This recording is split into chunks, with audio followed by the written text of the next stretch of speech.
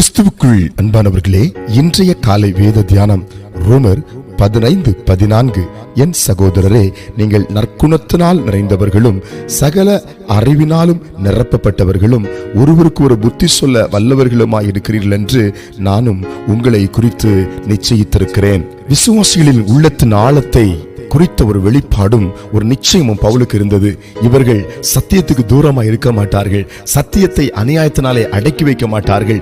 இவர்கள் சபைக்கு நல்ல தூண்களும் சபைக்கு கனிவுள்ள மரங்களுமா இருப்பார்கள் என்று அவர் விசுவாசித்திருந்தார்.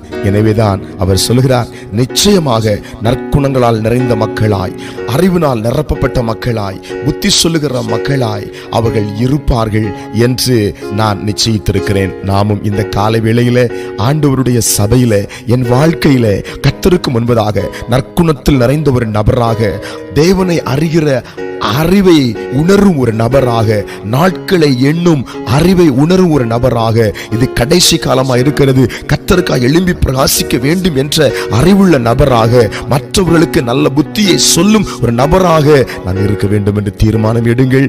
இந்த நல் வரங்களினால் கர்த்தர் உங்களை நிரப்புவார். இந்த நாள் முழுவதும் கர்த்தர் உங்களை ஆசீர்வதித்து நடத்துவார். ஜெபிப்போம். எங்கள் பரலோகத்தின் பிதாவே, இந்த வேளையிலும் கூட நல் வரங்களால் இப்பொழுதும் பிள்ளைகள் நிரம்புவதுக்காய் ஸ்தோத்திரம். சொல்லப்பட்ட வார்த்தையில் இருக்கிற ஆசீர்வாதம் இவர்கள் மேல் இறங்குவதுக்காய் ஸ்தோத்திரம். இயேசுவின் நாமத்தில்